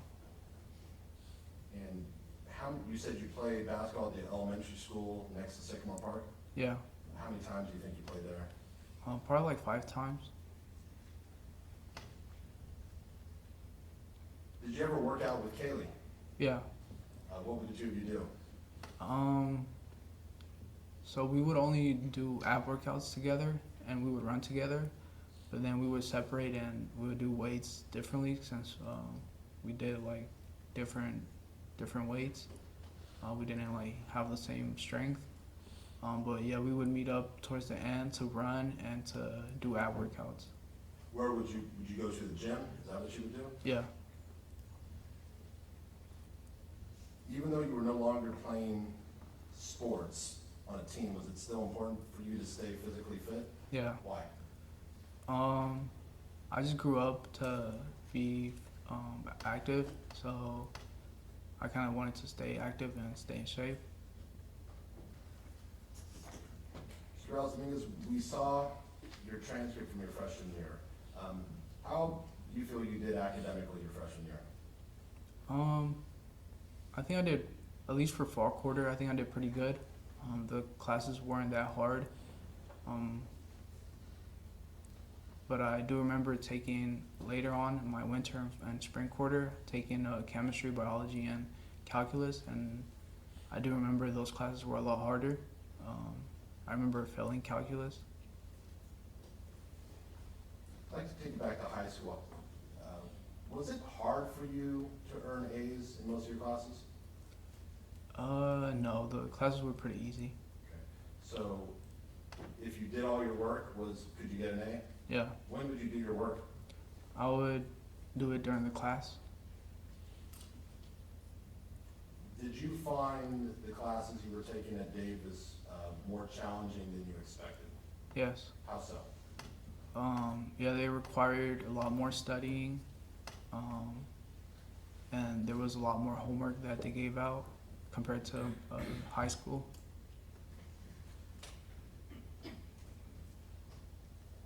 Did you have fun your freshman year? Yes. Why did you find your freshman year to be fun? Because of the friendships that I made, and yeah. Do you think you spent a little too much time having fun when you should have been studying? Yeah, I think so. From your experience, do you think you were the only freshman who did that, or do you think other people did that as well? No, I think other people did that as well. Now, Mr. Dominguez, you've heard the testimony about the symptoms of schizophrenia, Yes. and as you sit here today, are you now familiar with symptoms of schizophrenia? Yes. When you left for UC Davis, did you even know what schizophrenia was? No. Had you ever heard about it? No. I'd like to begin with the first part of your freshman year. Let me back up. Prior to leaving for UC Davis, had you had any sort of health issues at all growing up? No. Other than that broken thumb, did you have to go to a hospital for any other reason? Yeah, I had, in elementary school, I had surgery done to remove my appendix. Other than the broken thumb and the appendix being removed, did you ever have to go to a hospital for anything else? No. Directing your attention to the first part of your freshman year, okay, prior to coming back from winter quarter. Thinking back, do you think you experienced any symptoms of schizophrenia during that time period? No. Now I'd like to direct your attention to the second part of your freshman year. Looking back, did you have any experiences which you now believe were or may have been positive symptoms of schizophrenia? Yes. What do you remember? I remember Once I was in Kaylee's dorm, and I had a dream where I don't remember if I woke up or if I just woke up in the dream, and I seen like a devil, like a shadow figure at the corner of the room, sitting down on a table with paper. You said a shadow figure. Describe what you saw. So it was just like a dark, still figure with no features. Yeah. Okay. What was this dark, still figure doing? He was just sitting down, and there was a table in front of him with a piece of paper. What was this figure doing anything with the paper? No. You said you believed this figure was the devil. Yeah. Why did you believe this figure was the devil? Or that's how I interpreted the dream as. I didn't really know too much about like what it was, so I just thought it was a devil. You said at the time you thought it was a dream. Was it, were you awake or were you dreaming, or do you not know? I don't know. I'm not sure. When you saw this figure, where was Kaylee? She was next to me asleep. Did you try to do anything with respect to Kaylee? No. Did you try to wake her up? No. Do you recall, and how do you know this was during your freshman year? Because we were in the dorms. Other than it was after winter break, is there any way you can narrow it down to what month it was when you saw this person? No. Were you and Kaylee still together as a couple? Yeah. Or you were officially a couple by this time? Yeah. Did you experiencing anything else your freshman year that you now believe was a symptom of schizophrenia? Yes. What did you see? It was another dream. I was in my dorm, and I think it's called sleep paralysis. It's where you like wake up from the dream and you can't move, but you could hear and see things. And I saw another like shadow figure like on top of me, just like preventing me from moving. Okay. What do you mean you saw a shadow figure on top of you? Explain what you saw. Yeah, it was like another like it was like a human like on top of me, like it was similar to the dream I had before where the shadow figure was like just like a still like being. You say human. Did it have a human form? Yeah. But were there any features? No. So what did you see in this human form? I just seen it was like kneeing on me, like putting their knees on top of my chest, and because of that I wouldn't be able to get up. Could you feel something pushing on you? Yeah. What did you do? I remember I tried to scream, but I couldn't, and I would just be there like that for like a couple of minutes, and I would just look around the room to see if there was something else there. But then after I think I like closed my eyes, and then I like woke up from the dream, and I was able to move. So is this the second time you've seen a shadow figure? Yeah. Where were you at this time? I was in my dorm. Were you with anyone or were you by yourself? No, I was by myself. And you described it as a sleep paralysis dream. Looking back at that, were you asleep? Were you awake? Or do you not know? I don't know. Did you ever, your freshman year, discuss what you were experiencing with anyone in terms of what you were seeing? Yeah, so I remember that was a time when me and Phil were getting close to each other because of the fraternity. So I remember telling him, or I asked him if he ever heard voices, and because like Let me stop you there for a minute. The two shadow figures that you saw, did you hear anything at that point when you saw the shadow figures? the No. first two?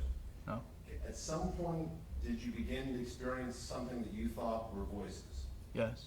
And is this freshman year? Yeah. What did you experience? Yeah, I remember my thoughts were racing more, so I interpreted that as voices, and that's why I asked Phil if he ever heard voices. You said your thoughts were racing more. Can you describe what you mean by that?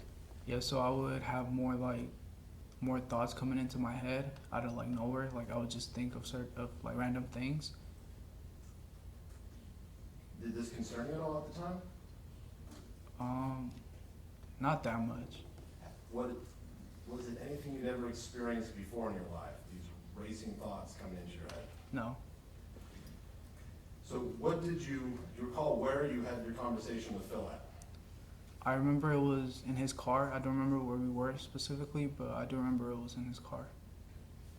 And did you tell him did you say racing thoughts or did you use the word voices? I used the word voices. You recall what Phil told you? No, I don't. Now, you were here when Mark Capito testified that you also asked him whether he heard voices. Yeah. Do you have any memory of speaking to Mark about the voices your freshman year? No.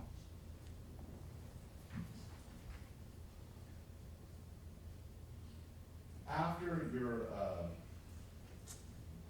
freshman year ended, did you take a trip anywhere? Yeah. Where did you go? Me and my family, we went to Las Vegas, and Kaylee joined too. How was it that Kaylee came along with you to Las Vegas? She flew from Orange County to Las Vegas, and we just picked her up. How did you get there? My dad and mom drove. Do you remember that trip to Las Vegas? Yeah. What did you and Kaylee do during that trip? We were either at the pool or we would take my brother and my sister. We would all go together to the strip just to walk around. Now, we saw a photo of you on Las Vegas. At that point, had you lost some of the weight you gained in your freshman year? Yeah. What did you do to lose the weight? I remember because my parents, they had or my dad, he had a bench. So for the summer, I was working out in his bench, and then at school, where I was working out with Nathan as well. So by the end of the summer, what type of shape were you? By the beginning of the summer, when you went to Las Vegas, what type of shape were you in? I was in pretty good shape. What type of hairstyle did you have by the end of your freshman year? I had it's called a taper, it's short hair. Now, we saw from the YouTube video and the photos from the fall, you've had longer haircuts throughout your life. Yeah. Prior to your sophomore year, had you ever let your hair grow long? No. Now, after the trip to Vegas, did you go home for the summer? Yeah. And where was home at that point? In Tracy. I'm not asking for a specific address, but where did your parents live? Was it a house, an apartment? Yeah, they rented a house. How many bedrooms? 3 bedrooms. Did you have to share a bedroom with anyone? Yeah. Who did you share it with? My brother. Do you remember anything happening that summer that you now believe was a symptom of schizophrenia? Yeah, my brother called it out to me. He said that I was staring at the ceiling fan for a long period of time. Where was the ceiling fan? It was on the ceiling, in our room. My brother's in my room. Now, you said your brother pointed it out to you. Did you catch yourself staring at when he pointed it out to you, what did you think? I just smiled at him, because he was like confused, and I didn't really have an answer for him, so I just said, I don't know. Do you have memories of actually sitting at home that summer staring at the ceiling fan? Yeah. At that, staring at the ceiling fan, Was that something you had ever done prior to, this would be the summer after your freshman year? No. Growing up, had you ever had an experience where you would stare at walls for long periods of time? No. Did you ever have an experience where you would stare out into space for long periods of time? No.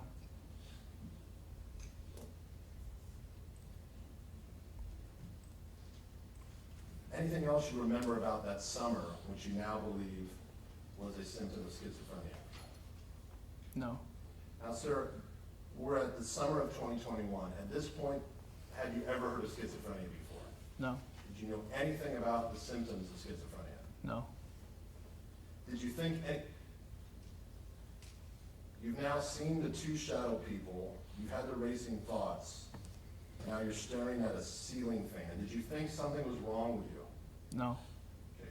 What did you think was happening? I really didn't really think about it. Now, prior to the end of your freshman year, did you decide to be roommates with someone in your sophomore year? Yes. Who did you decide to be roommates with?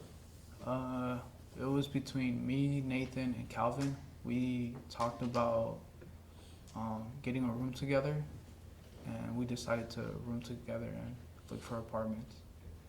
Who came up with the idea of rooming together? I think Nate did. Did Nate ask you to room with him? Yeah. Were you excited about rooming with Nathan? Yeah. Why? Because it would be like something new. It would be like the first time that I got my own apartment, or at least with them. And it was fun being with them, so I thought it was gonna be pretty fun. Had your freshman year, had you lived in a dorm by yourself the entire year? Yeah. Who took the lead on finding the apartment? Calvin. And did he find that apartment before the summer ended? I mean, before the summer began, or was it during the summer? I think it was before summer. Do you remember when you moved, into the Parkside Apartments? Yes. And where are the Parkside Apartments located? They're in F Street. I don't know the specific address, but I know it's somewhere in F Street. When you moved into the Parkside Apartments, did Kaylee move anywhere? Yeah. Where did she move into? To the Ryder Apartments And where are the Ryder Apartments located? in Olive Drive near the In-N-Out. Are they near any train tracks? Yeah. After you moved into the Parkside Apartments, focusing on fall 2021, did you experience anything that you now believe was a positive symptom of schizophrenia? Yes. What do you recall? I remember it was nighttime. I was working on a music beat on my computer, and I looked under my desk, and there was a shadow with just like the face structure with no features, and it had like two horns coming out of its head. So it's a shadow with no face features, but two horns coming out of its head? Yeah. Describe what you mean by two horns coming out of its head. Yeah, like what you see in like the media, like just two horns coming like out from the head towards the air. When you say in the media for what? Like the representations of devils. Are you familiar with the Arizona State Sun Devils? Their No. mascot? No. How about the Duke Blue Devils? No.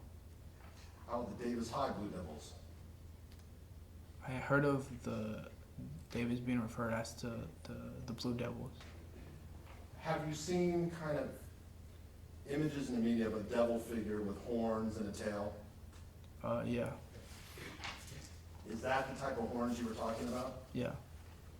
So, was anyone with you at the time you saw the shadow figure with the horns under your desk? Yeah. Who was with you? Kaylee was on my bed sleeping, and I tried to wake her up because I got scared of the shadow, but she didn't wake up, so I just I just moved like the wires and the shadow disappeared. Why did the shadow scare you? Because it looked like the devil, and I thought something like evil was like surrounding me. How did you try to wake Kaylee up? I just screamed her name. I was like, Kaylee, Kaylee. And what happened then? Then she didn't wake up, so I paid my attention back to the shadow, and I tried to reach for it, and I like just moved the wires that were in front of it, and it disappeared. What do you remember next? Next, I just continued to work on my music beat. Did you ever tell Kaylee about, when she woke up, about the shadow with the horns under the desk? No. Why not? I kind of just forgot about it. Now, when you began your sophomore year, did you still have your car? No. What happened to your car? I sold it that summer.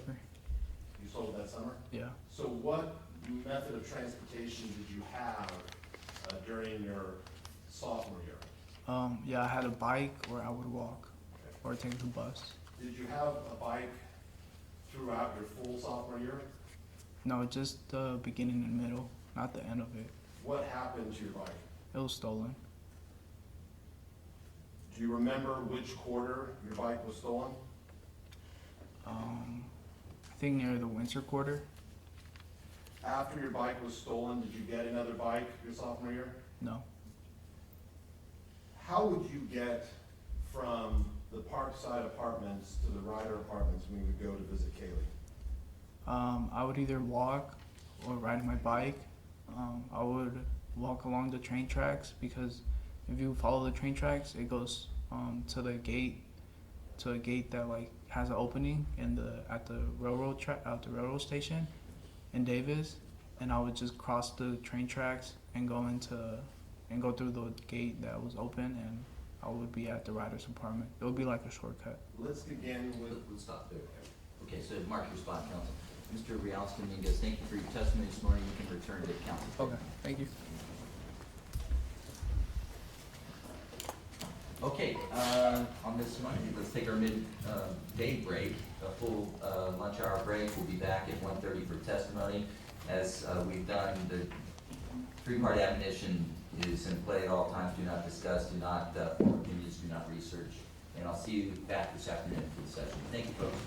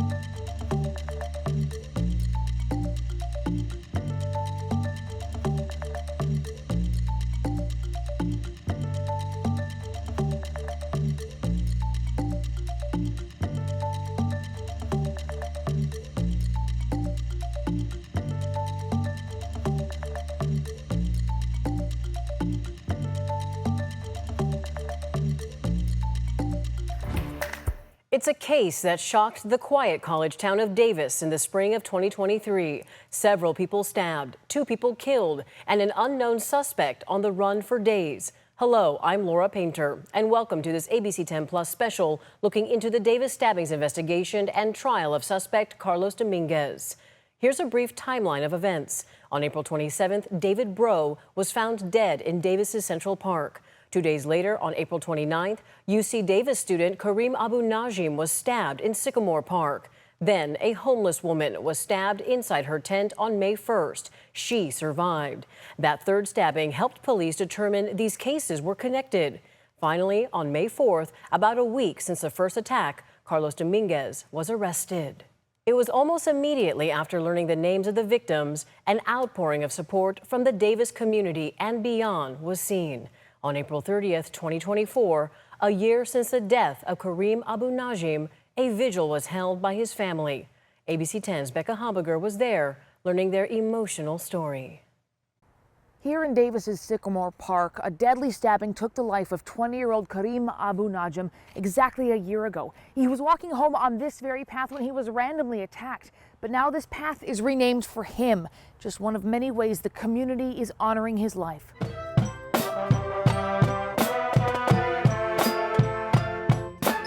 Imagining a life without Karim Abou Najm. Nadine and I, we lost our son. Something his parents never thought possible. In about an hour, it will be exactly 1 year. To me and to many here, time stopped at that moment.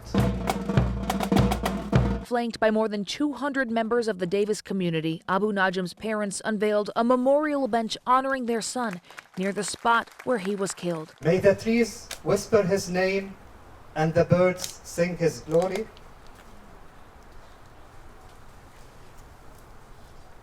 May the stars shine his light and the hearts carry his story. A memorial bench, walking path, and public art, all signs in Sycamore Park that Karim Abou Najm's life will be remembered more than his death. We grieve as a community, and we heal as a community.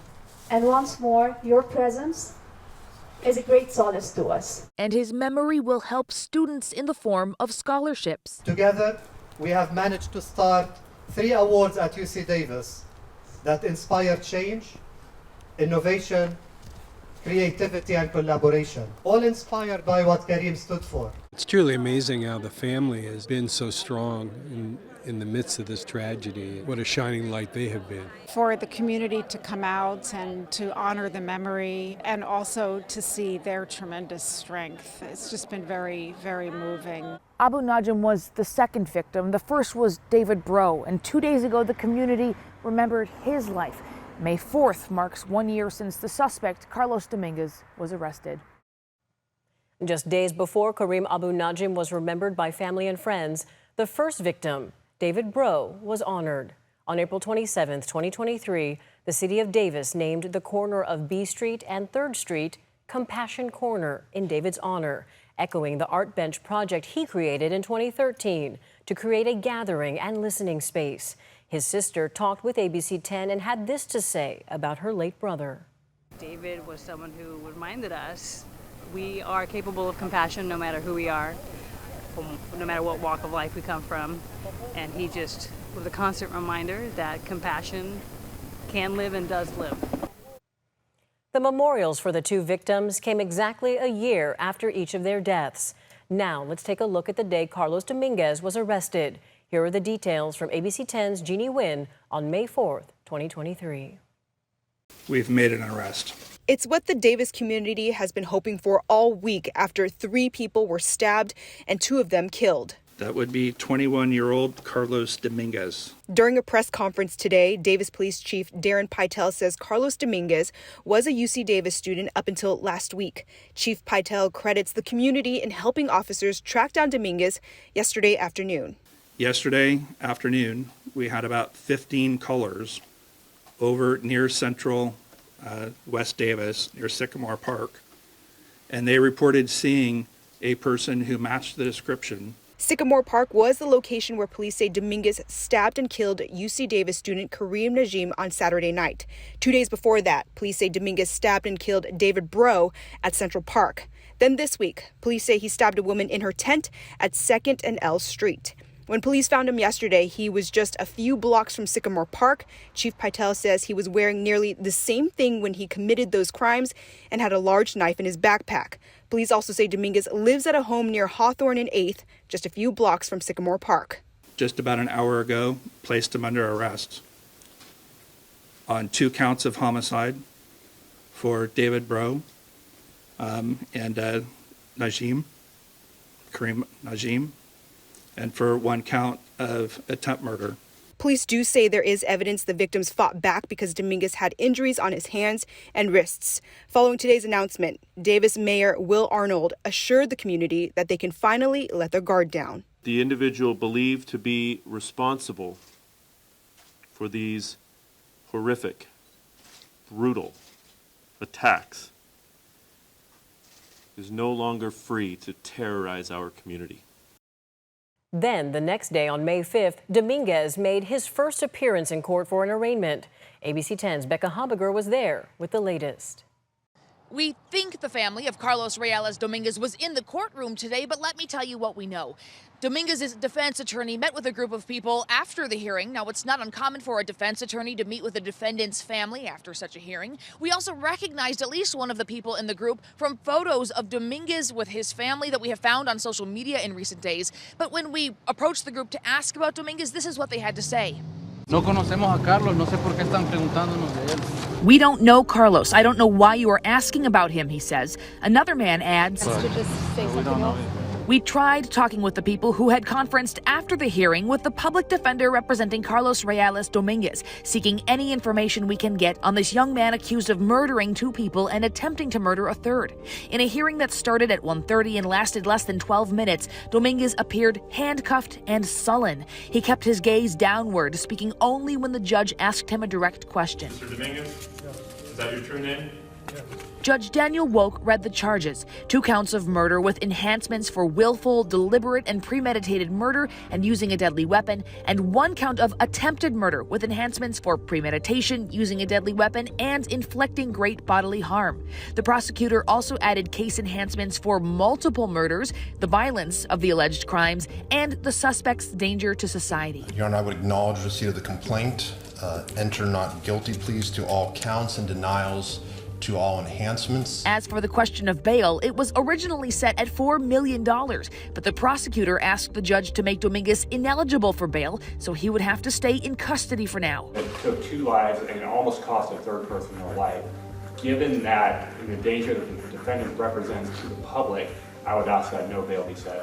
The judge ultimately sided with the prosecutor. We asked the defense attorney and the prosecutor for comment after the hearing. Both declined to comment. Dominguez is next in court on May 22nd at 9 a.m. here at Yolo Superior Court. Then, during one of his first hearings, our cameras caught an outburst from Dominguez that raised questions about his mental state. Here's a clip from court, June 20th, 2023. I want to apologize, and I want to say I'm guilty and forgive me for... Hold on, sir, you have a 5th Amendment right. At the time of the outburst, Dominguez had already pleaded not guilty to 2 deadly stabbings and an attempted murder. His statement in court that day was not used against him or entered into the court record due to his not competent status at the time. Then, months after making his first appearance in front of a judge and the outburst a month prior, Dominguez's competency hearing started. That's when we learned more about his mental state around the time of the stabbings. In July 2023, we heard from a former girlfriend and a former friend. He had said that the devil was talking to him in his dreams. Did it ever occur to you that he might have a mental illness? Yes. I was with Carlos, and he asked me if I have ever heard voices before. And how did you respond? I told him no, and I asked him if he has. And what did he say? He said yes. Following the competency hearing, Dominguez was initially found not mentally fit to stand trial. But that ruling was eventually overturned in January 2024, and a trial date was set for 2025. That brings us to April 28, 2025, the start of the trial for Carlos Dominguez. It was during this time we heard opening statements from the prosecution and the defense. ABC 10's Roxanne Elias was there in court that day. The trial of Carlos Dominguez began Monday with the prosecution giving their opening statement in front of 18 jurors at Yolo County Superior Court. To understand why this is going to be proven to be a deliberate, willful, and premeditated murder, you're going to need to go back further than when this kind of first comes to light, before David is found in the park. Dominguez is accused of stabbing 3 people back in 2023. The victims include 50-year-old David Breaux, who was known as the Compassion Guy. He was sleeping on a bench in Central Park when he was killed on April 27, 2023. The second victim was 20-year-old Karim Abou Najm, a UC Davis student who was walking in Sycamore Park when he was stabbed to death on April 29th. Then on May 1st, a homeless 64-year-old woman was stabbed in her tent but survived. 21-year-old Carlos Dominguez was arrested days later and is now facing 2 murder charges and 1 charge of attempted murder. His attorney, Daniel Hutchinson, said in his opening statement that he wasn't disputing Dominguez did the physical acts causing the deaths, but the events leading up to them. The question to be answered in this trial is not one of who did it. Rather, the question that will be presented to you is what was Carlos Reales Dominguez's specific intent and mental state when he did those physical acts? He says Dominguez got sick at some point before the incidents, but didn't recognize he was sick. He would later be diagnosed with schizophrenia. 2 men who found Davis's body at Central Park also took the stand and shared the conditions they found him in. The prosecution then ended the day with employees of the Davis Police Department detailing evidence from the day they found Breaux at the park. The defense is asking jurors to reserve judgment until they hear all of the evidence.